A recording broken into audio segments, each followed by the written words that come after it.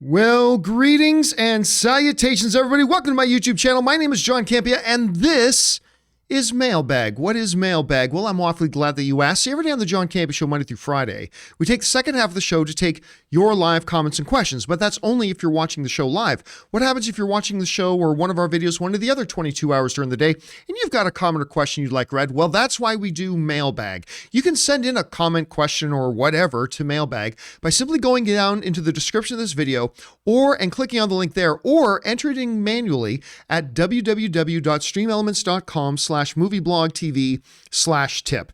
You'll be getting your comment or question read on our Mailbag show if we deem your comment or question to be appropriate to be used on our shows. And of course, you'll be supporting our channel at the same time, and all of us involved at the John Campea Show. Thank you guys so much for your support. All right, guys, yesterday was kind of funny. Yesterday, I did a mailbag. But as it turned out, I grabbed the wrong mailbag file, and I ended up just repeating a lot of questions that Rob had done on the previous mailbag. So that's my bad. But hey, some of you got to have your questions answered twice. So I guess that's not a bad thing. But now we are at the right spot. So let's get things going here with the new questions that you guys have sent in, shall we? We're going to get things started off here with Chris Morris. And Chris Morris writes, Halo is poised to commence every time I finish a show on Paramount Plus. Halo starts playing automatically if I don't press stop. If it starts playing, does it count as a view for Halo? Are they so concerned that viewers aren't watching their showpiece? Well, that has nothing to do with it. That's all for internal gauging and internal numbers, right? Besides, every streamer has a different definition of what counts as a view. But no, a video just starting does not count as a view. Some streamers count if you start watching a video and it plays for at least 2 minutes. That counts as a view. Some of them you have to watch for at least 5 minutes. That will count as a view. But if you just leave Paramount on and then just automatically, Halo or anything just starts playing and you turn it off within a few minutes, it won't count as a view. But again, the views are just for their own internal numbers. So it doesn't really matter either way. You know what I'm saying? All right. Thanks a lot for that, Chris. And by the way, all streaming services do this. They all do. Like Disney Plus does that. Like if you just let it run, the next thing will start playing, but it only counts as a view if it plays for a certain length of time. All right. Next up, we've got Kevin Dwyer, who writes, Hey, John/Rob, just me today. Love the new studio. Thank you so much. I really enjoy it myself. Do you think Marvel can replicate the success of the Infinity Saga without the Russo brothers? And were the Russo brothers more important to that success than we realize? No. No, listen, it all comes down to this. Kevin Feige is the reason, right? Remember, the Infinity Saga 2 starts with Iron Man. That's where the Infinity Saga starts. Right? Movies like Civil War and Infinity War and Endgame, which are great movies. And I love the Russo brothers and they did a terrific job with those things. But those movies all just stand on the shoulders of all the stuff that came before it. Like without everything that came before it, Civil War doesn't really have its weight. Without everything that came before it, Infinity War doesn't have its weight. It's all built upon that entire world. Kevin Feige is the missing piece. And, I'll say this too. The Russo brothers have struggled. And by the way, I'm just trying to say this as an objective fan, but I am a massive fan of these guys. I love them.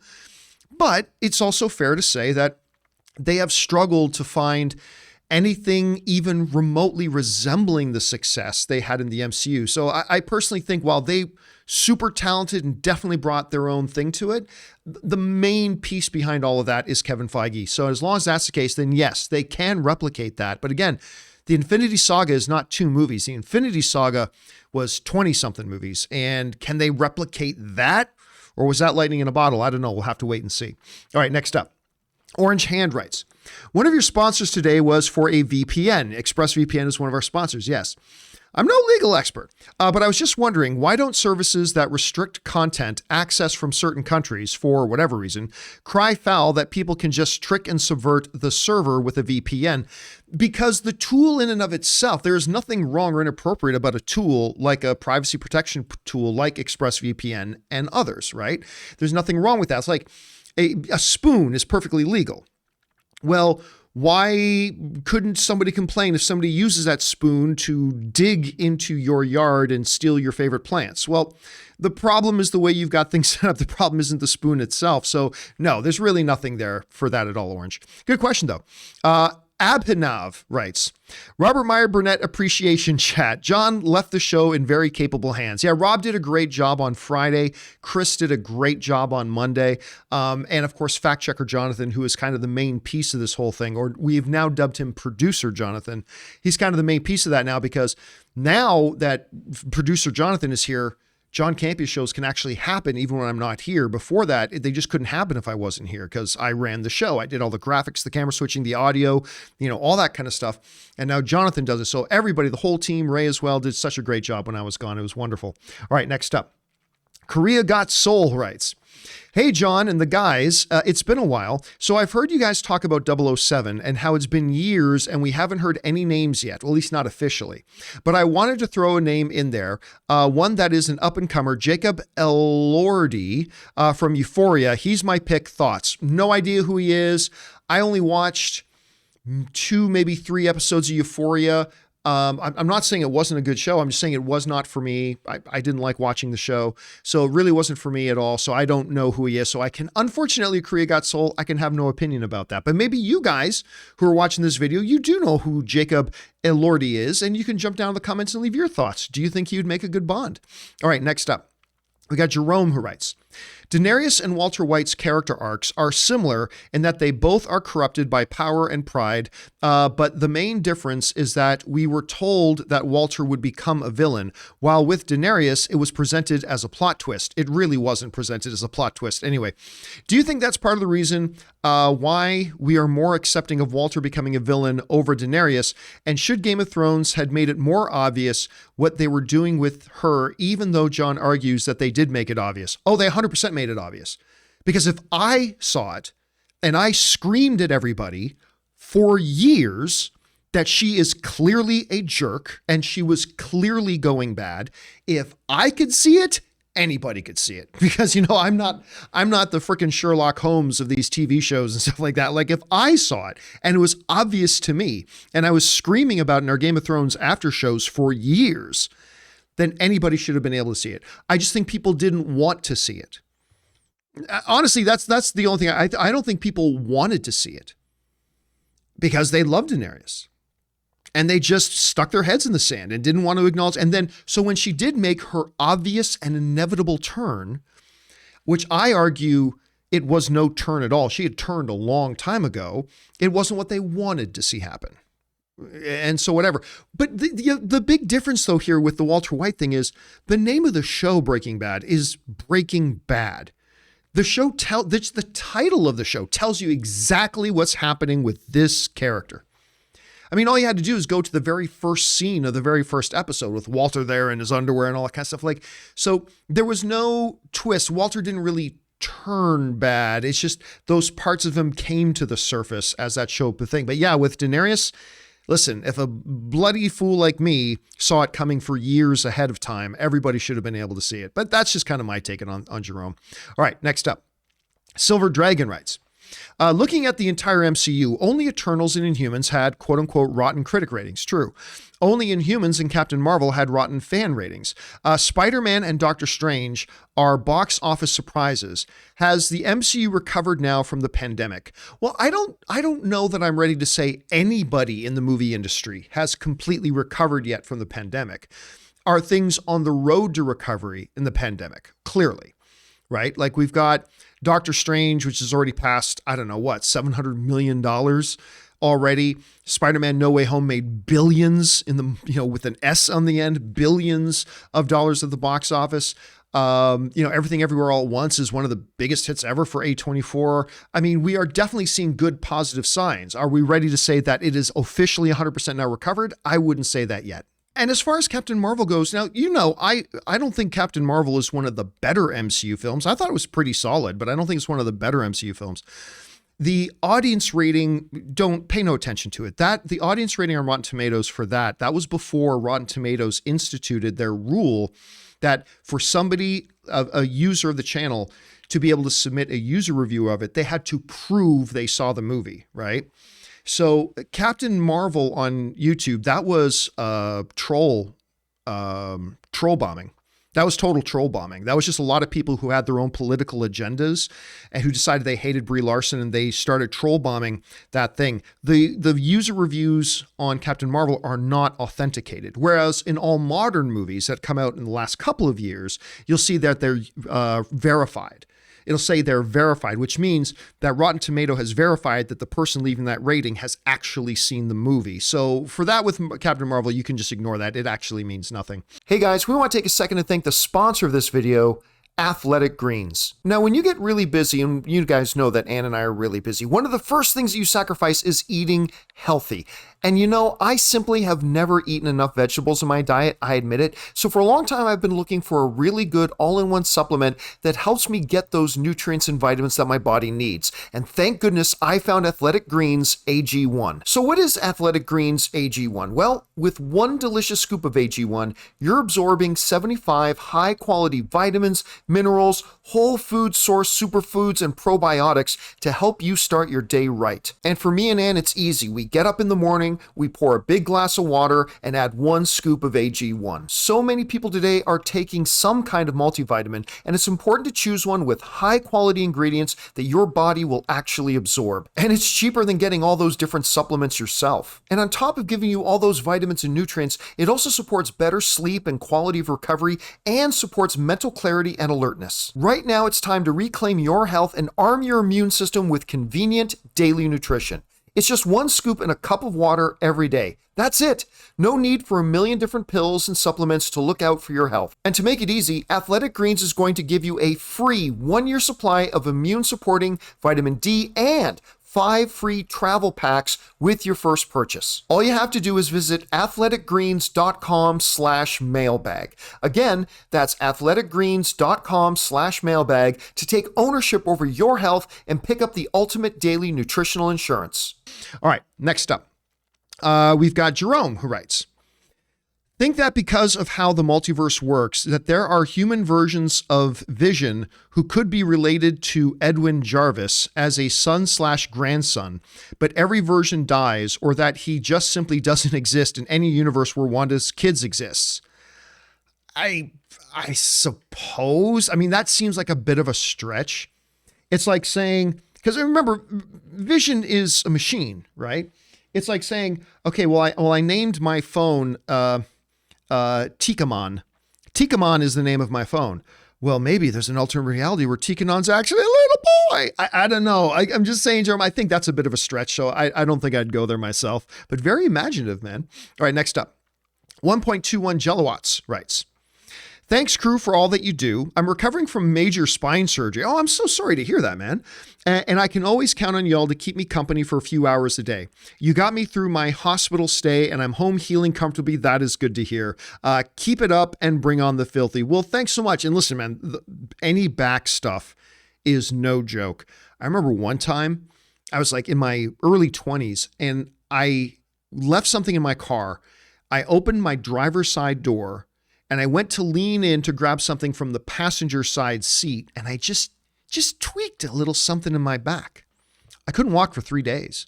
I mean, the back is a weird thing, man. Be very, very careful. Take your recovery seriously. Take it really easy, and just let it do its thing. All right, thanks for writing that in, man. It's an honor to be there with you every day when you're going through that, man. All right, Damon Hawk writes, hey, y'all. Word has it that a new League of Extraordinary Gentlemen film is being produced and will likely air on Hulu. What do y'all think about that? Well, we actually made this a main topic on the show the other day. League of Extraordinary Gentlemen was actually one of the big Hollywood films that my little visual effects company that I got to be a part of back in those days actually worked on. Our company, our little studio, did the Invisible Man on Fire visual effects shots. There you go, right? That movie was terrible, unfortunately, but I love the concept of the League of Extraordinary Gentlemen, and I'm all for them giving it another shot.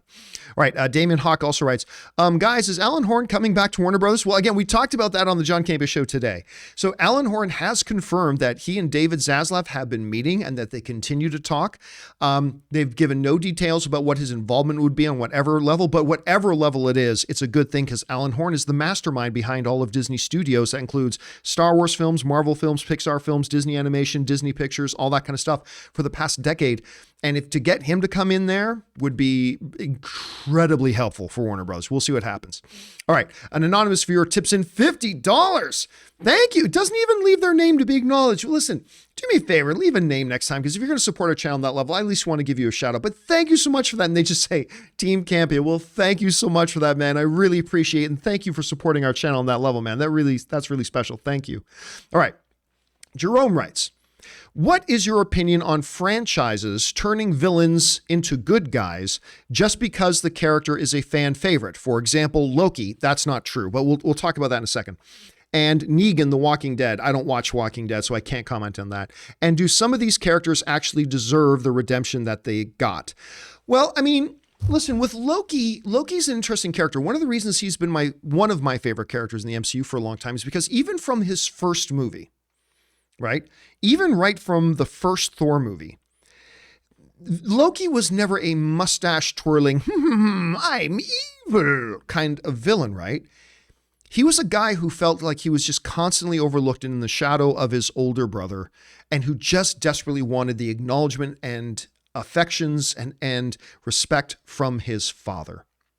And really, that's what the first Thor movie is. It's fathers and sons. And everything that Loki did in those early movies, the first Thor movie, the first Avengers, was really partially acting out, but also just trying to establish his own place in the universe because, again, he was in Thor's shadow a lot. And I think that kind of came out. Now, as far as Negan goes, again, I can't really comment on that. But it's an interesting thing when you talk about, do they deserve their redemption? What does that mean? Because remember, I've said this a lot too. Does this character deserve? But what do we mean when we say deserve a redemption? A redemption thing is almost something that comes without being earned in some ways. But it's like anything. Does any character earn the love interest they get? Does any character earn that big dramatic moment they got? Does any character earn the redemption moment they got? It really depends on the individual story and the individual movie. There's no one formula that just fixes it all. You know what I mean? But again, I think Loki is a separate thing because he was always kind of very much a very multi-dimensional kind of guy. All right, next up. By the way, Jerome, you know where we see it a lot? A lot of people insisting trying to make Killmonger a good guy. Killmonger, who's one of my favorite villains in the MCU, and what Michael Jordan did with that character is incredible. But I get he was a great character, but people trying to make it out like he could be a good guy, redeemed. He wasn't just misunderstood. He was vilely evil, right? He was vilely evil. Like everything from the murder of T'Challa's, the Forrest Whitaker character, just the straight up murder of that guy, killing all the people that they killed, also trying to commit genocide in the world, and even saying, I even want to kill their children. We're going to go out there and kill their children too. We're like, he was a very special level of evil. Yes, we can empathize with the character a little bit, and that's always cool when we can empathize a little bit with the screen villains. We can empathize him because of the way his story starts and, the murder of his father and all that kind of stuff and his worldview. We can empathize with a lot of that. But none of that changed the fact that he was a very special level of evil. But because he's so cool, people want to see him become a good guy. And we do have a tendency to do that as fans. I get that. All right. Anyway, next up. Let's see. Jerome also writes, what do you think popular franchises like Star Wars or the Marvel Cinematic Universe are legitimately doing wrong when it comes to diversity or tackling real-life social issues? Or are they doing nothing wrong and just need to tell their stories better? And listen, I don't know, Jerome. The last time I checked, the Star Wars movies and the Marvel movies are making billions and billions and billions of dollars. So it's hard to point and saying that what they're doing is wrong. Also, I don't believe that it is the job of movie studios and movies to tackle real life social issues. It's not their job to do that. It's not their job to do that at all. The thing is, when they recognize that under the right circumstances and in the right way, tackling real life issues and social issues can be very profitable. By embracing diversity, it can become profitable.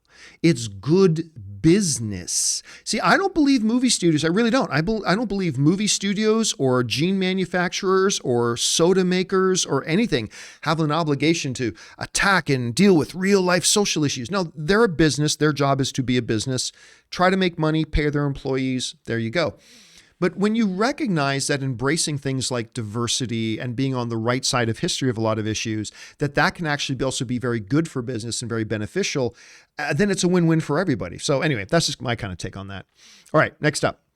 Garden Variety Vagabond writes, one of two. This is for Rob. Unfortunately, Rob is not here. You have said twice that a military leader would not have a dinner with lower ranking officers.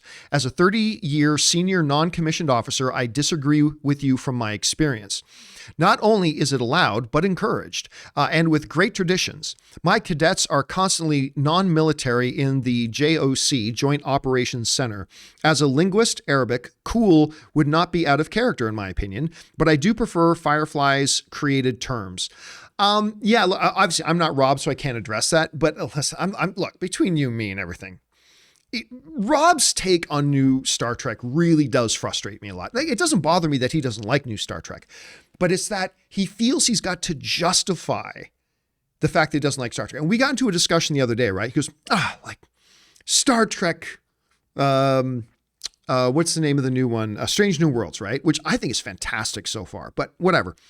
He said, it's out of place.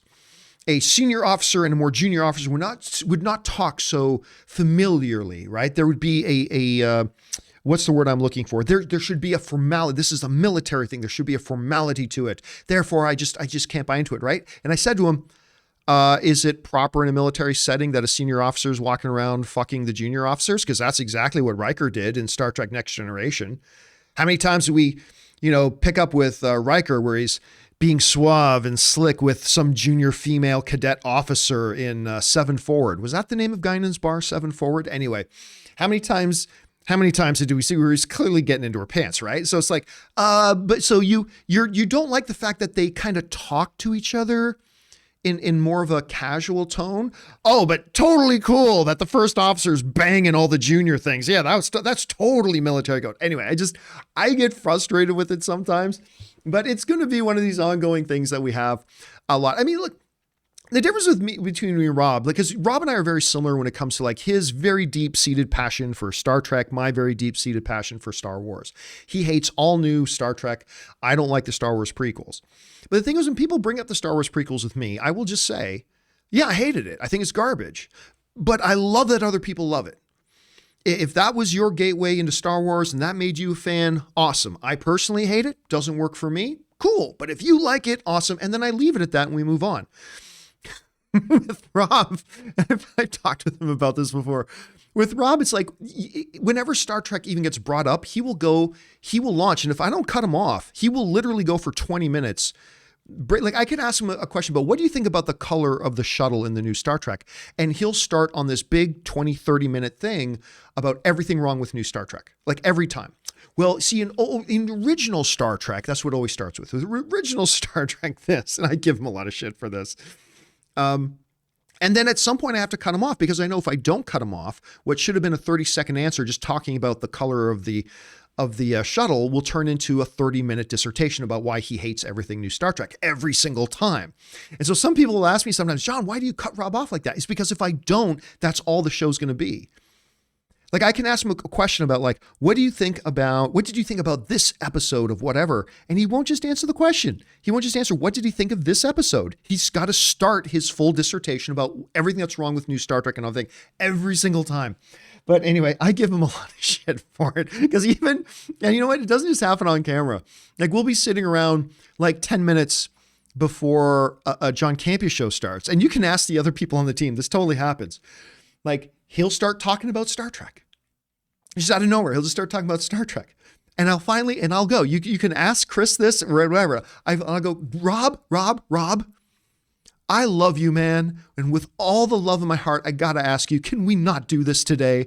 Please, can we not do this today? Because whatever. But listen, Rob's passionate about Star Trek, right? He's passionate about Star Trek. And sometimes, and we all do this, I'm guilty of it, you're guilty of it, when we're passionate about something, we sometimes feel like we've got to come up with justifications for our passions. I do it, you do it, Rob does it, everybody does it. But yeah, whatever. It is what it is. Rob is never going to appreciate anything new Star Trek, and that's totally fine. But I gotta keep cutting him off because, again, if I don't, he will go for a half hour, 45 minutes, unless I put the brakes on it. Anyway, thanks for writing that in, Garden Variety. All right, next up, we've got Sith Lord Kareem Daniel, who writes, what are the odds that Grand Admiral Thrawn makes his live action debut in Obi-Wan Kenobi show? I'd say pretty much 0. I would say around 50-50. Nah. But it would be awesome to see a scene between Vader and Thrawn. Yeah, there's no narrative reason. There's no connection there. Grand Admiral Thrawn has nothing to do with this story. Quite frankly, it would be an unnecessary distraction and they'd just be shoehorning him in to make a dumb cameo. This story is not about Grand Admiral Thrawn. It's about Obi-Wan Kenobi, who has no connection with Grand Admiral Thrawn already. Listen, we already know Grand Admiral Thrawn is going to play prominent in Ahsoka, right? So I believe this is a completely different timeline.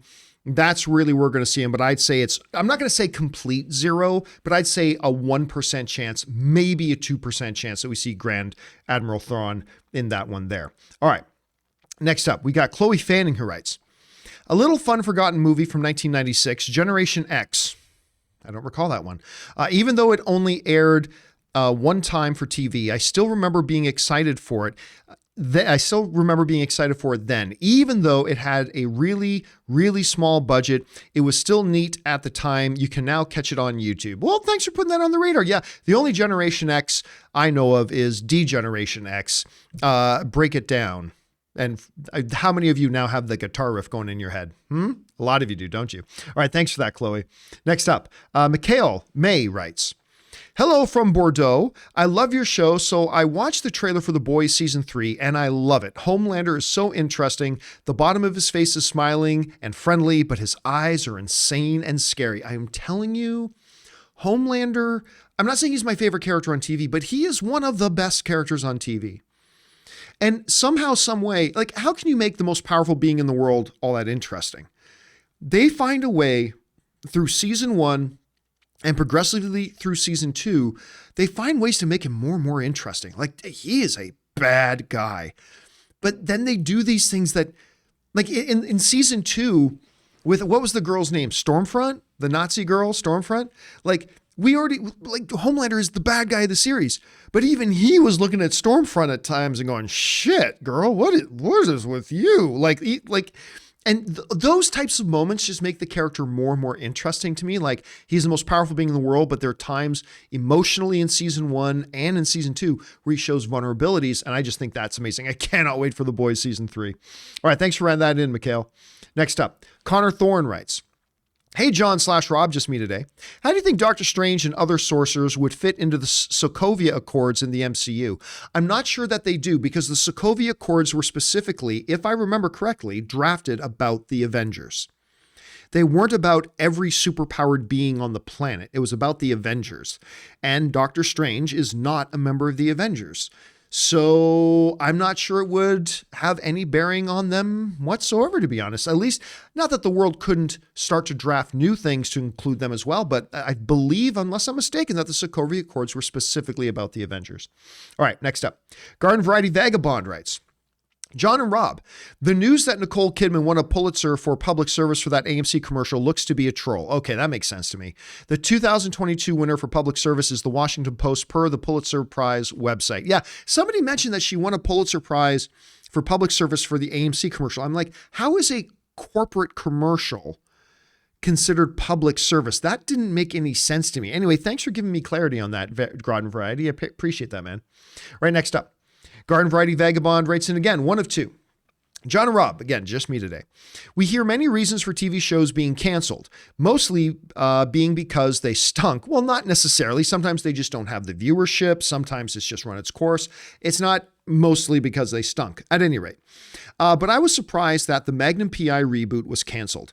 I admit when they announced it, I could not imagine liking it when I loved the original. But Deadline reports that Magnum PI was reportedly canceled due to licensing fee disagreements between CBS and Universal Television. I thought it was worth sharing as we do not usually hear about this as the reason. Do you know any others that were canceled for this? Yeah, it has happened a few times because remember, a television show is often, like movies, a product of a production company that makes it and then a television distributor that puts it on their network. And they have a license and deals and fees and all that kind of stuff in their agreements. And if they start to become far apart on what they, like if CBS starts saying, listen, we're only willing now to pay X amount of dollars for Magnum PI, and the production company, this case being Universal, saying, well, that's not enough for us to get to keep making this show, so give us more and we're not going to make the show anymore. And CBS says, okay, then don't make the show. It's not terribly unusual. It's not one of the more normal circumstances, but it does happen from time to time, Garden Variety. Great question, man. All right, next up. The ABK writes, good evening, John and or Rob, just John today. It looks like Warner Brothers Discovery is offering people and projects, or is offing people and projects left and right by the Zaz axe. David Zaslav should change his name to Victor. Victor Zaslav, offering staff and projects, again, offing staff and projects left and right, like Zaz did Victim. Oh, you're talking about, you're Victor Zaz, the Batman character. I'm like, what are we talking about here? Oh, yeah. Victor Zaz. Okay. Yeah, there he is. But I'm telling you, I like to picture more of him like a Conan the Barbarian with the axe of Zaslav, like just cutting and chopping things. We heard about the latest victim of it where Riverdale is going to be allowed to end after season 7. It got canceled after season 7. So, I mean, the axe continues to swing heavy. And the axe continues to swing hard, man. The axe of Zaslav is no joke, my friend. All right, next up. Michael Francis writes, hey, John and crew. Interested to hear what are your favorite international shows? My wife and I are hooked on Netflix Spanish dramas. Our favorite include Unauthorized Living, Elite, and Welcome to Eden.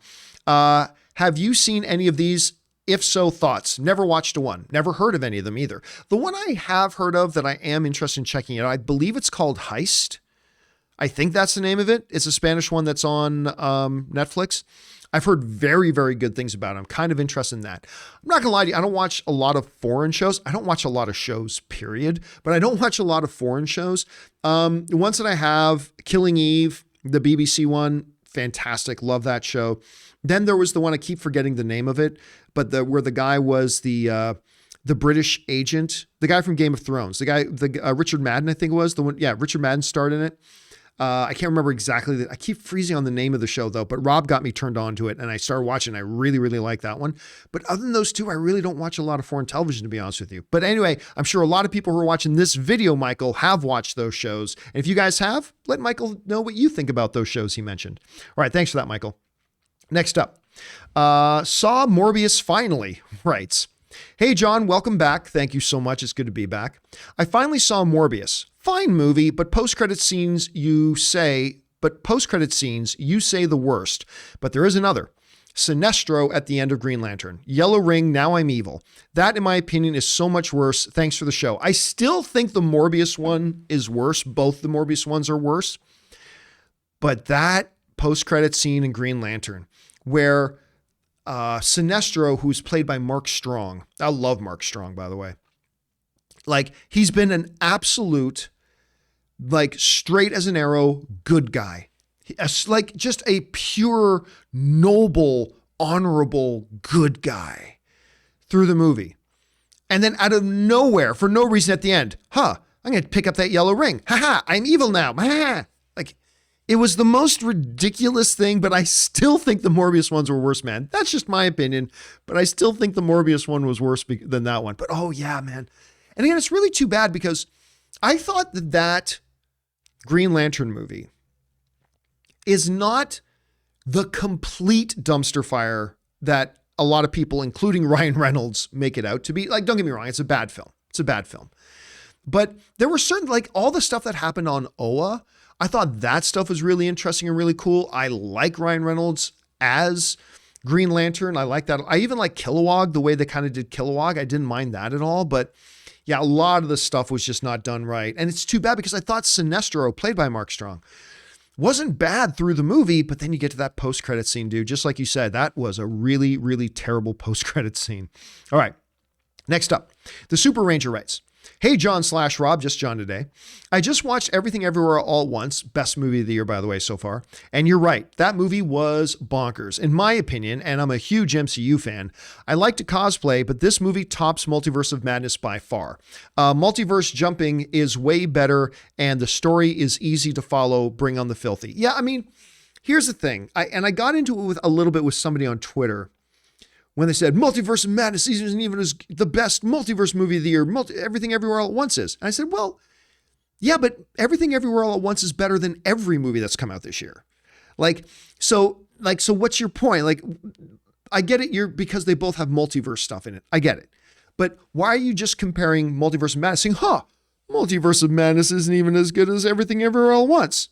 Yeah, but no movie in 2022 has been as good as Everything Everywhere All at Once. So, one is six, one half does the other. Anyway, I'm glad you saw it. Again, to me, it is the number one film of the year. So my top three of the year right now are number one, Everything Everywhere All at Once. Number two, The Batman. And number three, The Northman. So those are my three favorite movies of the year so far. All right. Thanks for writing that in, Super Ranger. Next up, we got Sam Fisher, who writes, "She-Hulk was my most anticipated because of Tatiana Maslany, good Canadian kid, by the way, but I don't love the trailer. I liked it more the second watch. The wind has been taken out of my sails a little bit. Never watched Ally McBeal, so I don't get the genre bend of this one." Listen, I was actually shocked to find out that there were some people that didn't like this trailer. I thought the trailer was perfection. For She-Hulk, if you know She-Hulk, I thought the tone of it, the characterizations of it, the whole bit, I thought it was absolute perfection. Now, everybody keeps wanting to point to the CGI. Okay, yeah, I agree. I don't think the CGI is great, but this isn't a movie. The CGI is not going to be great. And some people will go, well, the CGI in this other show was great. But that other show didn't try to do real human-looking characters in full CGI. Nobody's really pulled that off great yet. Unless you're doing just some kind of little bit of deep fake. But once Tatiana transforms, she's like 6'9", whatever, and whatever, but she looks human, and the uncanny valley comes into that. Plus, this thing has like 1/4 of the budget of a movie will. So yeah, I agree. The CGI doesn't look good, but since when does that affect whether or not the show is good or the trailer is good? Jar Jar Binks was the most incredible breakthrough in visual effects history at the time that The Phantom Menace came out, but that didn't make the movie any better, and it didn't make the character good. So it's whatever. So I get it. Yeah, the CGI didn't look great, but I honestly thought everything about that trailer for a She-Hulk trailer, total perfection. But that was just my opinion of it, when we all have different opinions about these things, which is totally good. Anyway, Sam, here's hoping that when the show itself comes out, it delivers and we all get excited about it. Hopefully. All right, next up, we've got Sam Fisher also writes, "With Valkyrie, then Captain Carter, then Mighty Thor, and now She-Hulk, a lot of Marvel fans will be dying by snoo. I would happily let any one of these women break me the way Bane broke Batman. Whimpers, mommy." Yeah, and the only one that I would really be worried about is She-Hulk. I mean, like, She-Hulk could accidentally wreck your body, right? Like, that's the one I'd be most concerned about, Sam. Absolutely. All right. Next up, Sam Fisher also writes, "Anson Mount tweeted about being Black Bolt, so we can talk about it. I love that he is getting all this love and attention because of Multiverse of Madness and Strange New Worlds." Please don't use acronyms, guys. "I need Anson Mount to convince Feige that Inhumans movie is a good idea. It's not. It's a horrible idea. It's terrible, terrible, terrible idea. Maybe the Inhumans are in the Marvels. I know the Inhumans are awful. The Inhumans are terrible. They should let it die. It was fun. I mean, listen, Black Bolt is a founding member of the Illuminati. So I get it. I never thought Feige, lest we forget, I was asked a couple of times, do I think we could see Anson Mount as Black Bolt? I said, no way. Feige doesn't want to touch that horrible Inhuman thing with a 100-foot pole. But there he was. He was there. And it makes sense. It does. But no, Inhumans are terrible. They're just awful. They were never good in the comics, in my opinion. They certainly were not good on this big screen, and you don't need them. Like now that they have the X-Men, they don't need the Inhumans. They really don't. There's already 5,000 characters in the MCU. I just don't see there being any reason to add more to them. Anyway, but his moment in Doctor Strange was really good. I'll give it that. All right. Sam Fisher also writes, you know what would make an AMC Kidman ads palatable? If there were others. Like they did a series with many celebrities. So you never know the ad you get had Nicole Kidman, Tom Hanks, Meryl Streep, Cate Blanchett, or Samuel Jackson, etc. No, the only thing that would make it palatable is if they just got rid of them.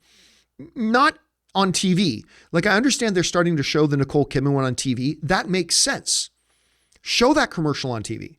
Because you're telling people who aren't already at AMC theaters, hey, you should come to AMC theaters. We make movies better. Come to AMC theaters. It's a great commercial. There's no fucking reason to be showing it in the movie theater when we're already fucking there. Right? Like we're here. And I know I joke about it, but it's true. It's like trying to convince a girl to look at your Tinder profile when you're already in the middle of having sex with her. There's no point. We're here. Why are you wasting our time when we've already had 27 minutes of trailers? The movie was supposed to start 27 minutes ago. We've gone through 27 minutes of trailers and commercials. Start the damn movie. Oh no, wait, we need to show you a commercial about coming to AMC theaters when you're already goddamn sitting in an AMC theater. It's stupid. The only thing that's going to make it palatable is just getting rid of it out of theaters. There's no excuse for it to be in theaters. And it's honestly making me consider canceling my AMC A-list. I know that sounds extreme. Believe me, I'm hearing myself say it. It does. It sounds like wacky extreme, but it irritates me that much. And I'm seriously thinking about canceling my A-list and driving the extra 5 minutes and start going to a Regal cinema. Because I went to a Regal cinema not long ago for a special screening of Harry Potter, and it was a really great theater. I had a really good time at it. But, I hate it so much, man. I hate it so much. All right. Smartest Man Alive 838 writes, since Feige has not discussed your appearance in Hulk in details, is it safe to assume that you are not canon? Oh, I'm canon. I'm definitely canon. If you are not canon, what future project would you like to appear in the most? Well, I'm not an actor. I don't want to appear in anything. But yeah, it is still funny. To this day, I still get people, maybe 2, maybe 3 times a month, somebody will message me saying, hey, I think I found you in Hulk. And sometimes they'll get it. It's kind of fun. But no, I'm no actor. I don't want to appear in movies. All right. Next up, Remy's Zero's One Song writes, hi, John. Despite the sadness towards the end of the Arrowverse, nothing will compete with Tom Welling and the coming-of-age story of CK.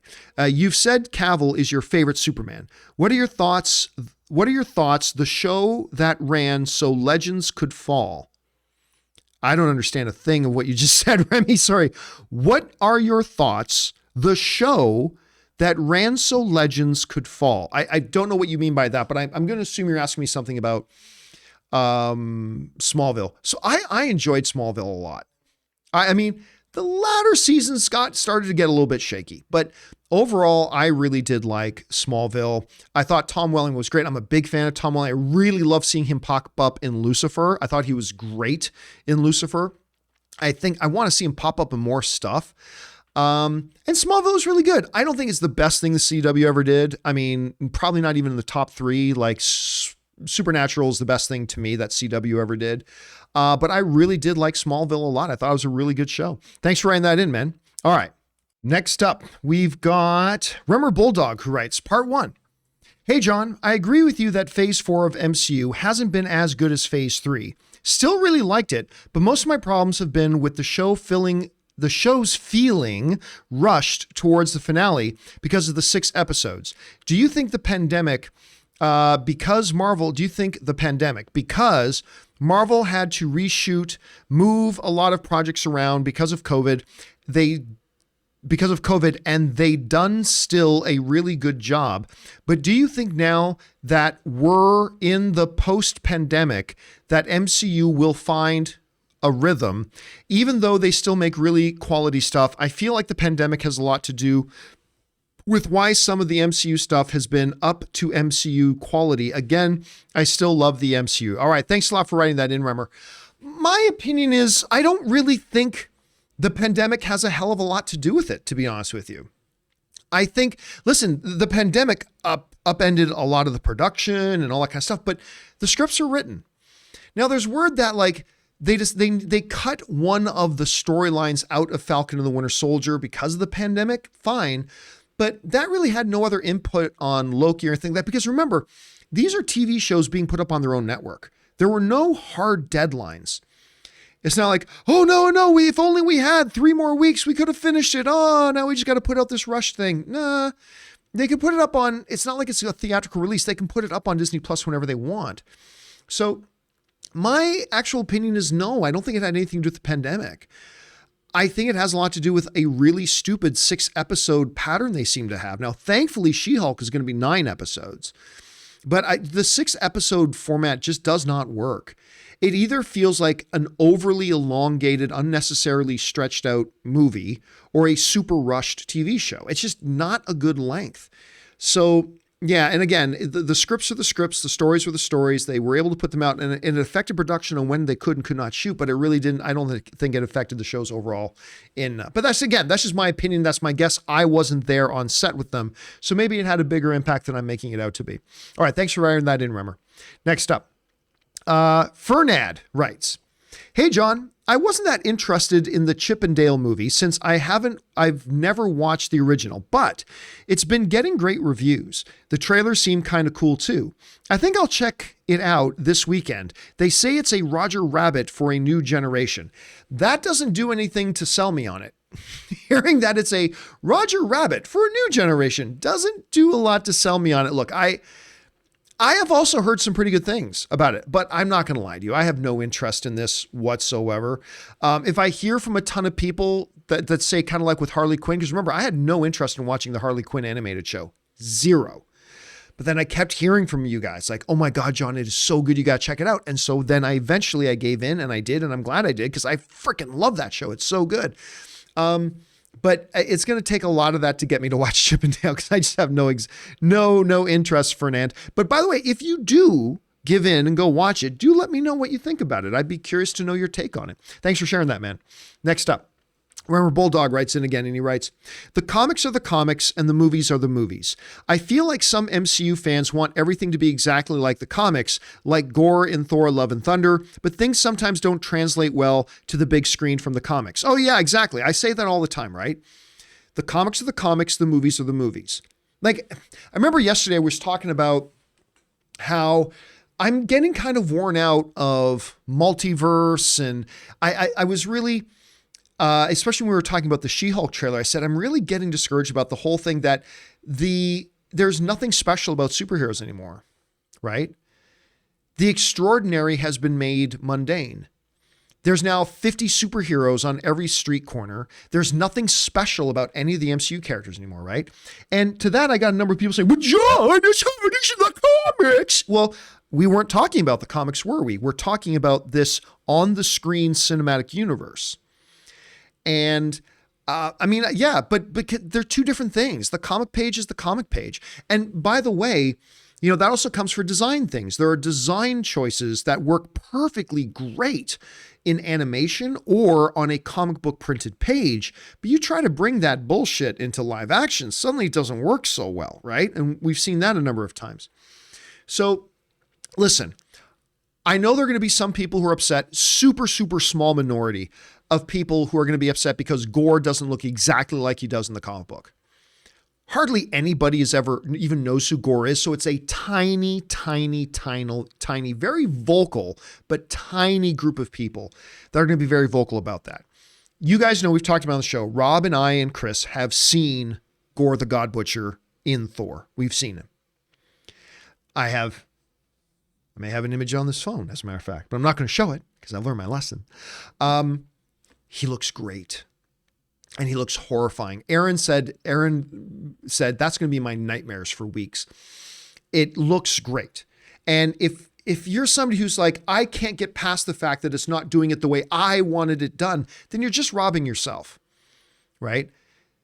It's great that you have speculation, and it's great that you have some preference, but don't let your preference become mandatory, right?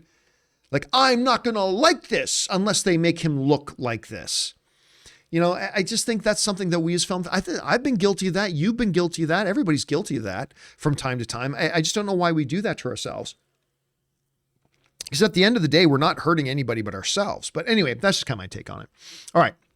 Next up, we've got Garrett, who writes, do you think the Avatar naysayers could be won over if the IP could produce an extensive lore or type of history of Pandora? No, they don't need to do that.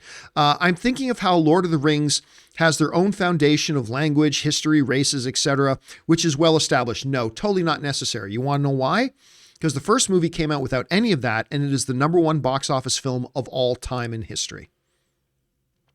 And it didn't have extensive history and background and lore, and it didn't have any of that.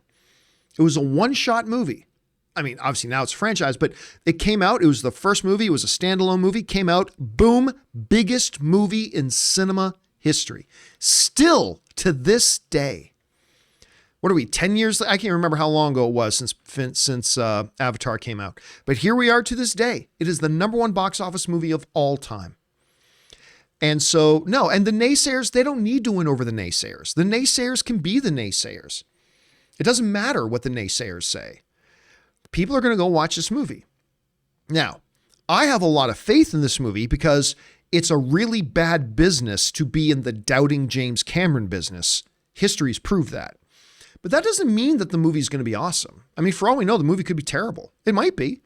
I give him the benefit of the doubt for now because he's proven over and over and over and over and over and over again that all he does is win. That's all James Cameron does. He wins.